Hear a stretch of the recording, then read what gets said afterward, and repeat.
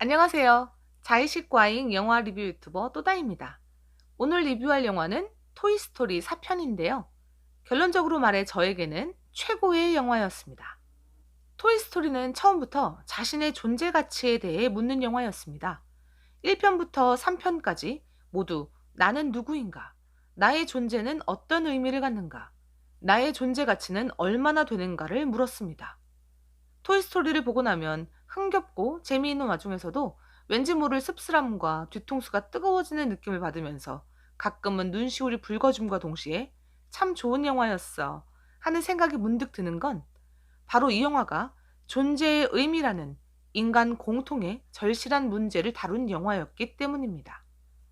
이번에 개봉한 토이스토리 4편은 더더욱 놀랍습니다. 1편부터 3편이 김춘수의 시 꽃에서처럼 관계 속에서의 실존에 대한 이야기를 다뤘다면 이번 4편에서는 한 발 더 나아가 관계를 초월한 본래의 나를 찾는 이야기를 다루고 있습니다. 이 영화는 실존주의 철학을 고스란히 가지고 와서 우리에게 진짜 나란 누구인가, 진짜 나로 가는 길은 무엇인가에 대해 물으며 인식의 지평을 확장시켰습니다. 저는 4편 마지막에 우디가 장난감 공동체를 떠나 보핍의 손을 잡을 때 박수를 쳤습니다. 토이스토리 시리즈 전부를 통틀어 가장 좋았던 이번 4편의 리뷰, 지금 바로 시작합니다. 여러분, 이번 영상은 결말과 스포일러를 모두 포함한 리뷰입니다. 시청하실 때 꼭 주의하세요.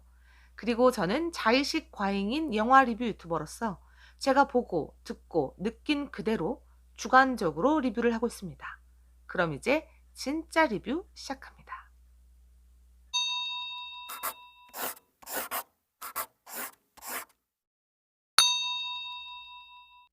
토이스토리 전편들, 그러니까 1, 2, 3편을 저는 아주 좋아합니다. 토이스토리 시리즈는 단 한 번도 허투루 만들어진 적이 없습니다. 영화적인 완성도가 뛰어나고 너무나 재미있고 또 감동적이어서 여러분들처럼 저도 이 시리즈를 아주 좋아합니다. 하지만 이번 토이스토리 4편을 제가 최고의 작품이라고 꼽는 만큼 1, 2, 3편 또한 최고의 작품으로 꼽지는 않습니다. 토이스토리 전편들은 아주 좋은 작품이긴 하지만 저에게 최고의 작품이 되지는 못했습니다. 그 이유는 이 시리즈의 밑바탕에 은근히 깔린 몇 가지 이데올로기 때문입니다. 이 시리즈의 세계관은 아주 흥미로워요. 앤디라는 이름의 어린이가 있고 이 어린이는 자기 방에서 장난감을 가지고 놉니다. 장난감들은 인간이 있을 때에는 무생물인 척 움직이지 않지만 앤디가 방문을 닫고 나가 인간이 없는 공간에서는 살아 숨쉬기 시작하며 자기들만의 세상을 꾸려나갑니다. 현실의 세계와 상상의 세계가 혼재한 세계가 바로 토이스토리의 특수한 세계입니다. 앤디는 착한 어린이에요. 장난감들을 소중히 여기고 아주 좋아합니다. 장난감들은 앤디라는 주인을 위해서만 존재하고 앤디의 사랑을 받는 낙으로 삶을 삽니다.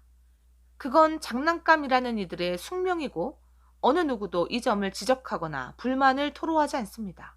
오히려 최강의 우주전사였던 버즈가 자신이 장난감임을 받아들이고선 더 이상 자신이 하늘을 날 수 없음을 인정하며 추락하는 순간, 영화는 이 존재의 장난감으로서의 존재 각성을 응원합니다. 누군가에게 예속되는 삶을 긍정하는 세계관은 제 아무리 우정과 사랑이라는 이름으로 불린다 하더라도 설사 상상의 영역에 너무나 앙증맞은 장난감에게 일어나는 일이라 하더라도 저는 좋아하기가 힘듭니다. 앤디 앞에서 그저 장난감일 뿐인 이들을 보면 절대자 앞에서 복종하는 개인이 연상되기도 합니다. 악한 절대자였다면 반란을 일으켰겠지만 좋은 절대자라면 지금의 상황을 적당히 즐겨도 당장 해가 되진 않죠. 독재 정치의 논리적 근거가 되고 나는 플라톤의 철인 정치 사상이 바로 그렇습니다. 우매한 대중과 현명하고 자비로운 독재자의 관계는 얼핏 보면 아무 문제 없어 보이지만 본질은 여전한 예속 관계이기 때문에 이상적인 체제라고는 볼 수 없을 것입니다. 이 영화의 시리즈는 또한 가족주의와 미국의 팍스 아메리카나 사상을 보여주기도 합니다. 앤디에겐 가장 사랑하는 장난감인 우디가 있는데요. 우디는 오래된 카우보이 인형으로 장난감 마을을 지키는 보안관입니다. 장난감들은 우디를 믿고 따르며 우디는 헌신으로 그에 보답하죠. 장난감들은 스스로 생각할 줄도 모르고 오로지 우디가 결단을 내리기만을 바라며 우디가 행동에 나서는 걸 지켜보기만 합니다. 힘을 합쳐서 사건을 해결하기도 하지만 모든 판단은 우디가 내리죠. 강한 미국이 나머지 국가들을 보호하고 전 세계의 보안관 역할을 한다는 팍스 아메리카나가 연상되는 지점입니다. 또다시 달리 생각해보면 우디는 이 마을에서 아버지와 같습니다.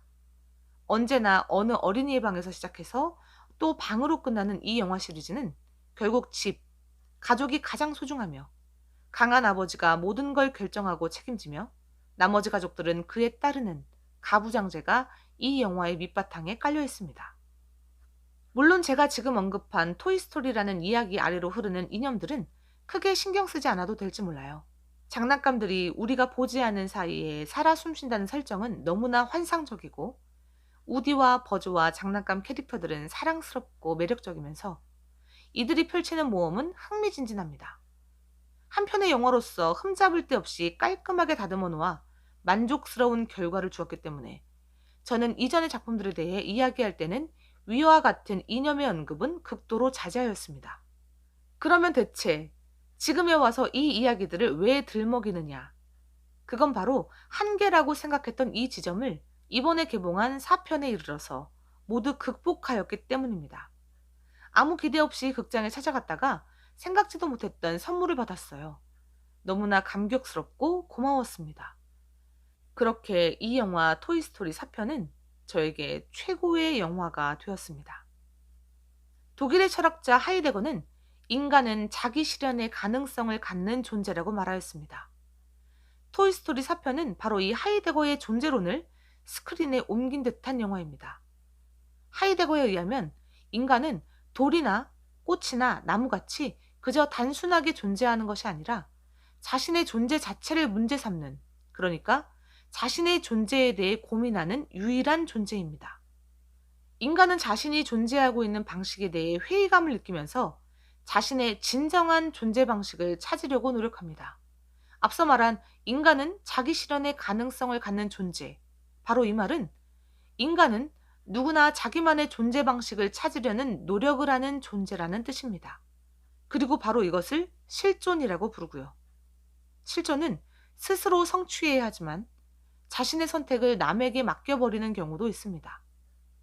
실존은 인간의 외부에서는 찾을 수가 없고 오로지 스스로의 자기 실현에서만 찾을 수 있습니다. 하지만 인간이라는 존재는 이미 어떠한 세계 안에 속해 있기 때문에 그 속에서 다른 사람들과 관계를 맺고 살아가고 있습니다. 인간은 그 세계 속에서 자기 실현을 꿈꾸기도 하지만 그저 적당히 고민 없이 살아가기도 하죠. 일반 대중의 시선으로 자신을 이해하고 대중의 삶과 비슷하게 그저 살아가면서 타인에게 자신의 존재와 그 파악을 떠맡기는 것입니다. 하이데거는 이러한 방식을 대중으로의 타락이라고 부르면서 스스로 자기의 존재를 파악하는 데 힘써야 한다고 주장했습니다. 스스로 진짜 나를 찾아가는 길은 죽음의 체험을 통해서입니다. 죽음이야말로 나 외에 다른 이는 절대로 나 대신 해줄 수 없는 거죠. 죽음 앞에서 인간은 대중 속으로 숨을 수 없습니다. 죽음 앞에서 인간은 혼자예요. 죽음 앞에서만 인간은 진짜 자신과 대면하게 됩니다. 하지만 진짜 죽음을 체험하긴 힘들어요. 하이데거는 불안이라는 감정을 통해 자신이 죽음 앞에 던져진 존재라는 걸 체험하게 된다고 말합니다. 불안을 통해 삶이 당연한 것이 아니라 죽음의 가능성 또한 있다는 걸 알게 된다는 거죠. 그러한 경험을 통해 자신이 죽음 앞에 던져졌다는 걸 깨닫게 되고 드디어 진정한 자기 자신과 마주하게 됩니다. 바로 이 죽음의 체험이 실존을 찾도록 만듭니다. 대중이나 세상이나 또 관계에서 벗어나서 스스로 자기만의 삶을 기획하고 결단하게 만듭니다. 그때 필요한 것이 양심의 부름인데 양심은 자신이 고유한 존재라는 걸 깨닫게 만들어주는 소중한 내면의 소리입니다. 토이스토리의 장난감들은 그동안 모두 실존을 찾아왔습니다. 앤디의 사랑받는 장난감이 되기 위한 고군분투가 그거죠. 하지만 그건 진정한 나를 찾는 것이 아닌 세계 내에서, 그러니까 장난감이라는 세계 내에서의 나의 존재를 찾는 것이었습니다. 이 세계는 모두들 고민 없이 앤디라는 절대자만 따르고 그와 함께 있을 때만 존재 가치를 느낍니다. 그렇기 때문에 앤디로부터 버림받는 걸 끔찍하게 여기죠. 가장 아름다운 결말이라고 칭송받는 3편의 결말 또한 절대자의 이름만 앤디에서 보니로 바뀌었을 뿐 변한 건 아무것도 없습니다. 장난감의 존재는 그 자체로서 존재하지 않고 누군가, 그러니까 앤디라는 존재를 통해서만 가치를 가지게 됩니다. 이건 진정한 실존이 아닙니다. 김춘수의 시 꽃은 관계 맺기를 통한 의미화를 칭송하지만 꽃은 꽃이라는 이름을 누가 불러주기 전부터 혹은 불러주지 않아도 스스로 꽃이라 각성하며 존재할 수 있는 거죠. 그래서 저는 3편의 결말을 보면서 가장 토이스토리다운 결말이었다, 이렇게 생각하면서 이렇게 하나의 세계관이 완성되었구나 하고 박수를 보냈습니다. 그리고 한편으로 씁쓸한 마음을 지울 수가 없었죠. 하지만 이번 4편에서 우디는 드디어 장난감이라는 한계, 앤디라는 주인의 장난감이라는 한계를 뚫고 실존을 찾아내었습니다. 한 공동체의 아버지로서, 대법관으로서, 경찰로서, 대통령으로서 온갖 리더의 역할을 해내며 이 세계를 지키고자 헌신을 다했던 우디는 드디어 모든 짐을 벗어던지고 홀가분한 어깨로 마을을 떠납니다. 누구의 사랑도 구하지 않고 누구의 소유도 되지 않고 누구도 더 이상 지키지 않아도 되는 자유로운 존재가 되어서 말이죠. 타인의 시선으로부터 자유로이, 타인의 기대로부터도 자유로이, 내가 선택한 길이었다고 생각한 희생과 헌신으로부터도 자유로이, 우디는 더 큰 세상을 향해 떠나며 진정한 자아와 마주합니다. 우디가 이렇게 진정한 나를 찾게 된 데에는 하이데거가 말한 죽음의 의식이 있었습니다. 인간에겐 생명의 끝이 죽음이지만 장난감에겐 주인에게서 버림받는 것이 바로 죽음이죠. 우디는 앤디와 이별을 하며 죽음의 유사 체험을 하였고 보니에게 넘어오면서부터는 쓰레기라고 오해받을 정도로 완전한 버림 직전까지 다가갑니다. 보니는 더 이상 우디와 놀지 않고 보니 아빠는 우디를 아무렇지도 않게 발로 밟고 지나갑니다. 우디에게 유기불안은 인간에겐 죽음의 체험과 다르지 않았을 것입니다. 거기에다 이미 실존을 찾아 자유로이 살고 있는 보핍의 모습은 우디에게 새로운 세상을 열어주는 결정적인 역할을 하였습니다. 보핍 또한 앤디 동생의 사랑을 받다 어떤 사정에 의해서 떨어지게 되고 그 이후엔 모두에게 잊혀 골동품 가게에 우두커니 서 있으면서 진정한 나로 가는 길을 깨달았을 것입니다. 그렇기 때문에 이 영화 전체에서 보핍은 누구보다도 거침없고 진취적으로 자기 인생을 개척해 나갑니다. 우디의 조언으로 계속해서 마음의 소리를 들어보지만 결국은 공동체로 돌아간 버즈, 우디로부터 보안관 배지를 물려받은 제시, 장난감들 사이에서도 동물로 취급받는 불스아이가 우디와 다른 선택을 하는 건 바로 진정한 나를 찾아가기 위한 유사 죽음의 체험을 갖지 못했기 때문입니다. 버즈가 자기 가슴에 있는 버튼을 눌러 듣는 마음의 소리는 공장에서 만들어질 때 이미 입력되어 있던 소리이지 나의 진짜 마음의 소리는 아니었습니다. 나중에 시간이 흘러 이들에게도 본의로부터 잊히는 때가 오면 우디와 비슷한 선택을 하게 될지 모릅니다.